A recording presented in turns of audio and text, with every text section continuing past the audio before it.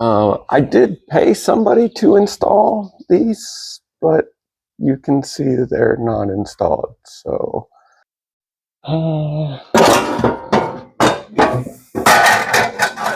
yeah, just like that. It just fit just like that. It fit just like that. But you can see how cute he is.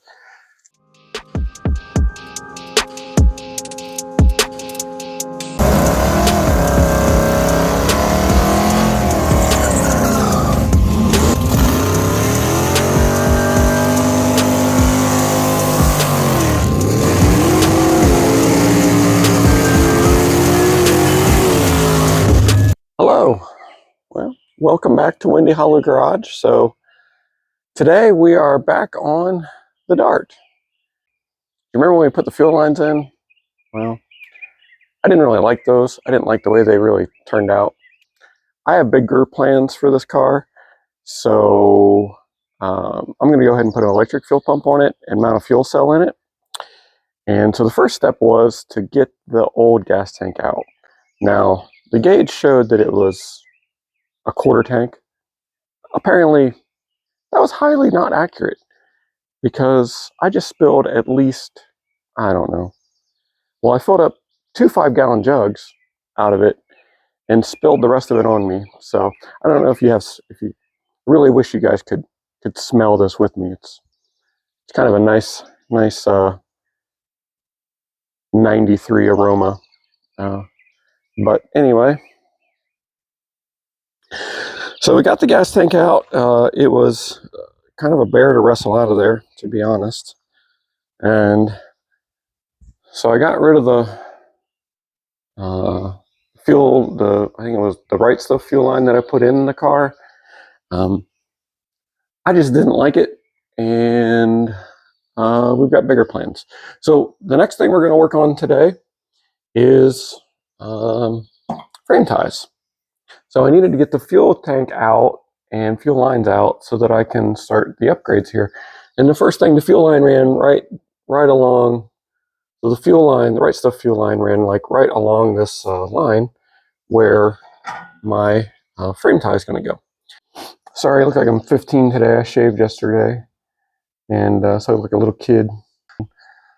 Anyway, I did pay somebody to install these, but you can see that they're not installed. So anyway, you can see this was where the person I paid to do this at least marked where they were going to go, but didn't actually install them. So I'm going to see if we can tackle this myself. I did put floor pans in the car, so maybe I can do this. It doesn't seem like rocket science. A lot of you are familiar with these. These are the US car tool frame connectors, and they're supposed to be fit to the frames. They're supposed to be super easy to install, so I think I can maybe handle this. So they pretty much just, pretty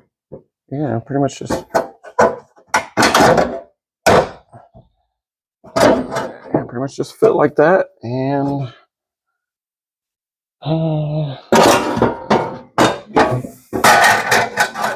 yeah, just like that. It just fit just like that. It fit just like that, and then you just got like a whole bunch of welding to get them in there strong. So a whole bunch of welding. I need to practice welding anyway, so maybe this will be a good excuse to get the TIG welder out and see if I can make this really pretty on my own without calling professional. Okay, guys. Well, through the magic of video, we have the frame ties installed. So I wasn't able to video it because, you know, it's like a lot of grinding, cutting, grinding, welding. I did not TIG weld it. I pretty much used my old trusty MIG welder and got it all done. But take a look. I think it turned out really nice. Let's see.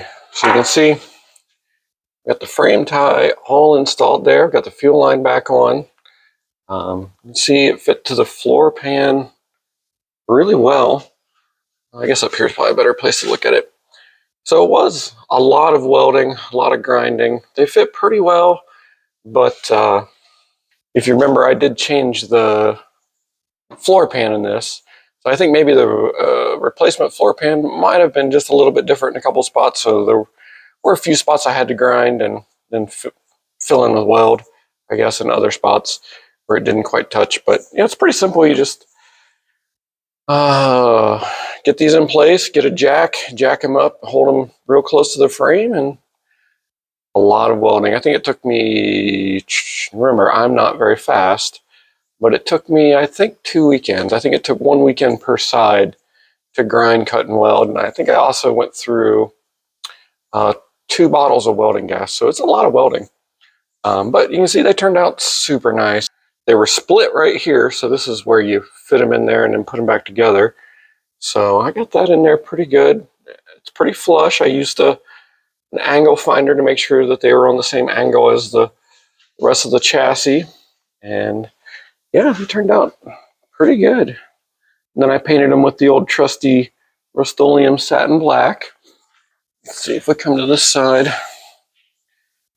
You can see this is where it, that was an R, but I had filled it in with weld. And then, so there's one of the gaps I did not fill in all the way. But you can see, turned out really, really nice. All the way up. Looks pretty much like factory. I did fill in the weld. This is seam sealer over the top of it because I didn't want to get water in between the frame and any of the cracks on the weld. And that kind of cleaned it up real nice. The welds actually turned out pretty good, but I just wanted to go the extra level. I think on the factory they would have seam sealed that. So, but yeah, you can see it turned out really well. So, and the driver's side turned out pretty well as well. You can see I got the weld there. It was pretty solid. You can see it's you can even see the weld on the inside where it's penetrated all the way. So yeah, I'm definitely not a professional welder, but turned out pretty good. And then you put a little seam sealer over it and it looks like factory. So yeah, turned out real nice. Even at the front there, that weld's penetrated all the way through. And yeah, we got the new brake lines. I had to run new brake lines and stuff like that, obviously. But yeah, turned out really, really nice. And we got the new fuel line up. Ran dash 10 line from the fuel pump to the regulator. And yeah, turned out pretty good. So yeah, this car's turning out pretty nice. Pretty happy with how the car's turning out. It's a lot better than it was. I remember the floor pan was like Swiss cheese and stuff like that. These definitely stiffened it up. This is definitely a job anybody could do at home. It just takes, like I said, it takes a lot of time. It took, you got to clean the floor off with the wire wheel the whole way to make sure all the paint's off, make sure it's got a good surface to weld to, and just a lot of patience, a lot of grinding, welding. I was filthy, I was dirty, and it's really hard to kind of record when you're welding and dirty and filthy because you don't want to touch the camera and stuff. And when you're by yourself, it doesn't really work that well either. But yeah, turned out super, super nice. So if you guys are thinking about tackling this yourself, it's definitely a good project. You get a lot of practice welding and fitting and stuff like that. So yeah, turned out really good for this Dart. So last time we took the Dart to the racetrack, it seemed like it was getting starved for fuel. So I think my solution for that is to put a fuel cell and electric fuel pump on it. Besides, I think we're going to end up putting probably a little bit more aggressive engine in this thing in the future. So we want to make sure that we're preparing for the future anyway. So here's what we're going to do.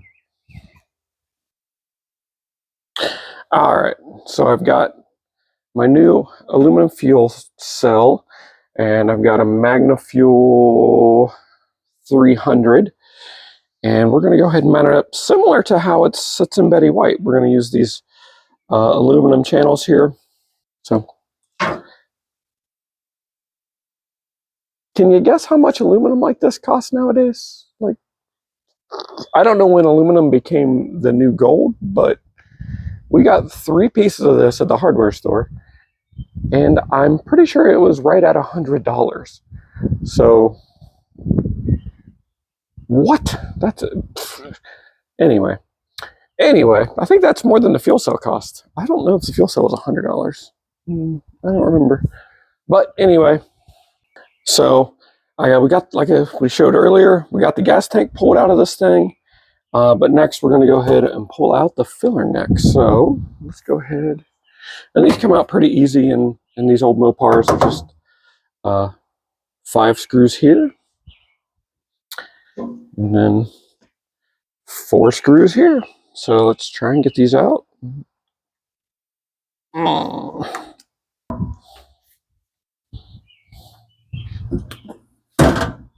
All right, and just like that, we got the fuel filler neck out. So I'm not sure what I'm going to do to keep my... Let's figure out some way to keep a gas cap on this thing, though, because otherwise it's going to look silly. So I don't know what we're going to do here. We have to figure out something to fill that hole. Anyway, I'm going to have to do something. This is pretty neat. This actually from 1968 even had the look how good that hose is. From 1968. Pretty cool. Had the vent tube going back to the tank all the way. That's pretty cool. Huh. 1968 vintage. All right. Anyway, on to the next thing. Okay. So I got my main hose. So I got my main -10 line ran up to here. And I went ahead and mounted all of my... lot going on here. Mounted all my fittings into the regulator. One thing I wanted to show off was how I mounted this regulator. It turned out kind of neat.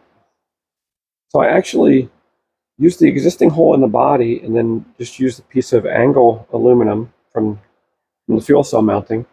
And then the holes line up with the holes in the regulator at the bottom, and it'll just sit right there. So I thought that was pretty neat. The only downside was when I pulled it off, the gasket inside broke. So that was kind of a bummer. But yeah. All right, so I'm going to go ahead and get the regulator stuck back on here and get the fuel lines hooked up. And then we'll start on running the lines from the regulator to the carburetor. There we go. So this is kind of neat here. We have to take the screws off the bottom of this. The only downside was I don't know if you can buy these Mallory just a gasket for these regulators. I couldn't find one online, so I had to make one out of some Felpro material I bought. So hopefully that holds up, or otherwise that would be kind of a real bummer.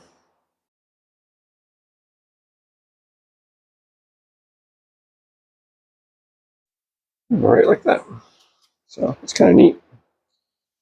I did not have to drill any holes in the car itself. Just and I like to have push the fuel to the front, a little bit in front of the motor, and then have the carburetor lines go back a little bit. I don't know that that really makes a difference on a car like this, but.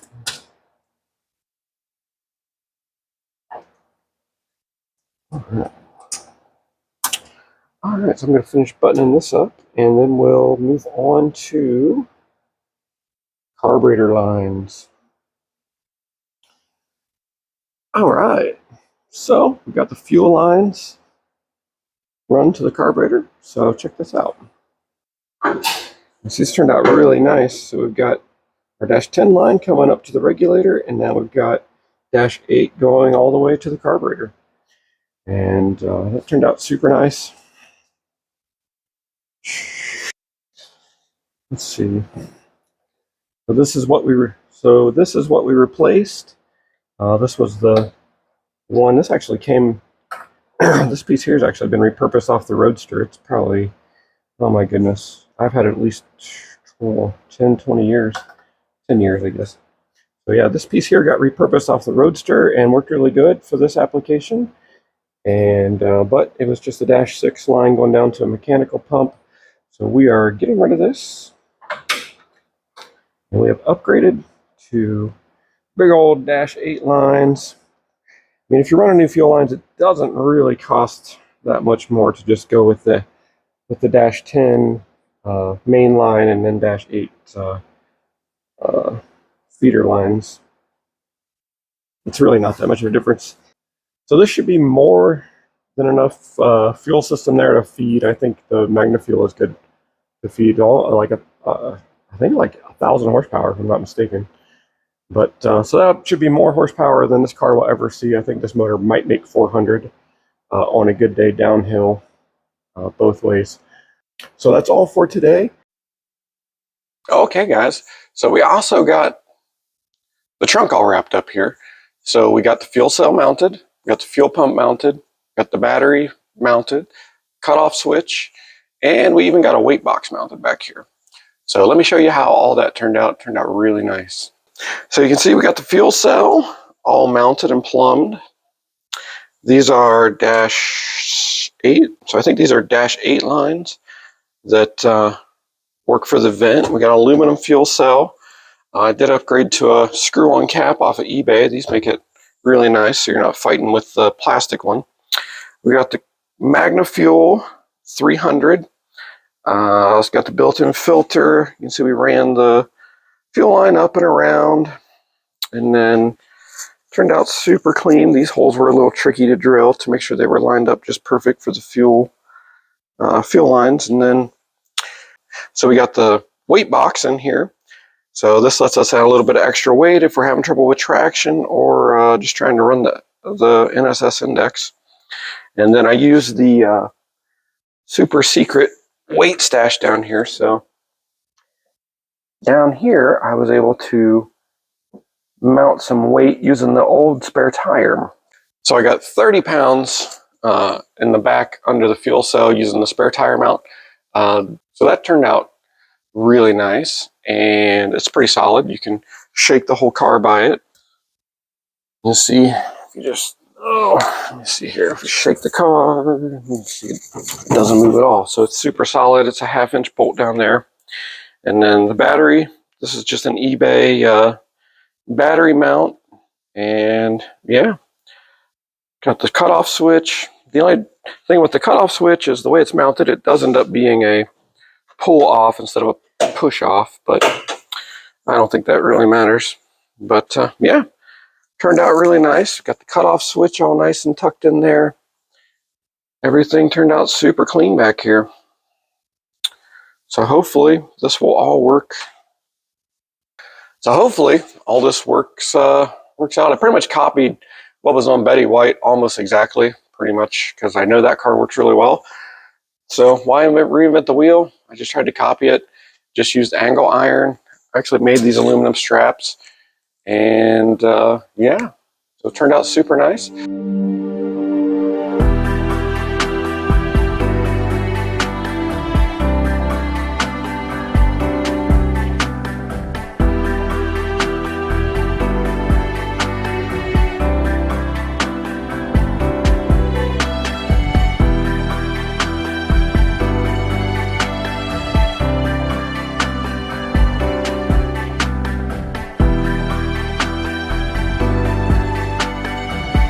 It's been a long time and a lot's gone on, so let me get you up to date. So the Dart is back. I picked it up from the chassis shop this morning, and look what we finally got. It's got a complete roll cage. So this took a long time. Okay. Get back here and show you. Lights on up. It actually picks it up. So you can see we are all legal to race this car now. So I dropped the car off to get the roll cage done in September of 2023, and it just didn't work out. But at this point, it is what it is. So I decided to move on, and we let somebody else work on the cage. So Mike at Derrick Innovations worked on the cage to get it finished up for me this time. Can't say enough good things about Mike and the work that he did. He treated us right. He did a great job. Can't say enough great things about the work that he did. Unfortunately, the other gentleman, pretty much, I mean, we lost several $1,000s on that deal. I don't know if we'll ever get that money back, maybe someday, but it was a real bummer. And honestly, it kind of hurt me. I don't know, when you get ripped off like that from somebody that you think you trust, you kind of lose motivation on a project. So it kind of made me lose a little bit of faith in the car hobby, and I didn't want to work on it anymore. I got me pretty. I like to think the best of everybody. I don't negotiate prices when people tell me what something costs. I just pay it and go on my way, and they do a good job, and I pay them. It's just the way it is. I don't haggle them. I don't try and rip anybody off. I try and be upfront. And so for somebody to totally take advantage of us and essentially steal thousands of dollars from us, it's pretty heartbreaking and really made us kind of lose faith in the car hobby. So we kind of lost faith, made us not really want to do videos anymore, made me not want to work on the Dart anymore. But as the season wrapped up, we had a lot of success on track this year. The Roadster was amazing, and that kind of got us re-motivated. So I ended up taking the Dart in. He knocked it out, and I don't even think it was 2 months. Exactly when he said he would be done, it was done. So with that, we are re-energized, and Norman and I. So I got my new shop helper. So Norman and I are going to tackle this thing. Well, and Mom. So we're going to tackle this thing. So we have all the parts we need. I have been finishing up the big block. So this is our 440 we built in one of the previous videos. So the goal is to get this 440 to go into this engine. I have headers. The headers are up there. So those are supposed to be A-body 440 headers, but you never know. We'll see if they fit. If I can't fit a 440 in it, I have other options. I have the 383s out of the Roadster that I can slam in this as well. So buckle up, because there's going to be a lot going on over the winter this year. We're finally going to get the Dart done, and hopefully it'll do wheelies come spring. We got a nice transmission built for it. So I had Bubba Rafferty build us a custom converter for this combination, and we got cow tracks to go on it, and so it should be a pretty cool car when it's done. I really apologize for us going dark for so long, but I don't know, when you get ripped off like that, it just kind of makes you lose faith in humanity, and you just kind of don't want to. You lose motivation on a project. You just don't want to work on it. But we've had time. We've kind of moved on, and feeling good again. So we're going to jump back in and see what we can do with this thing. So I really appreciate those that stuck with us, and we're going to have a lot. So I'm going to start tearing this thing down, and that's it. Here we go. All right. So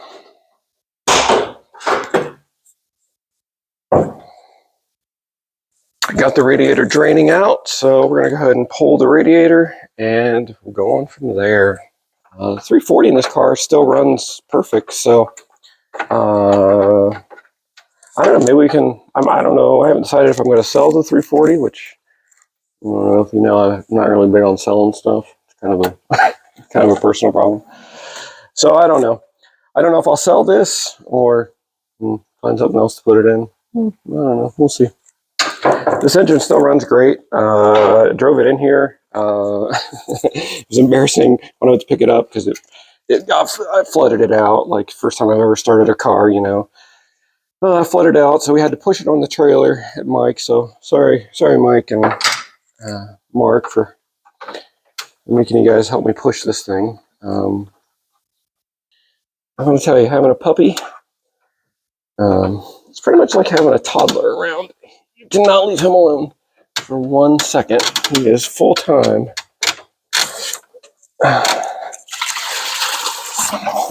Oh no. I'm not in this.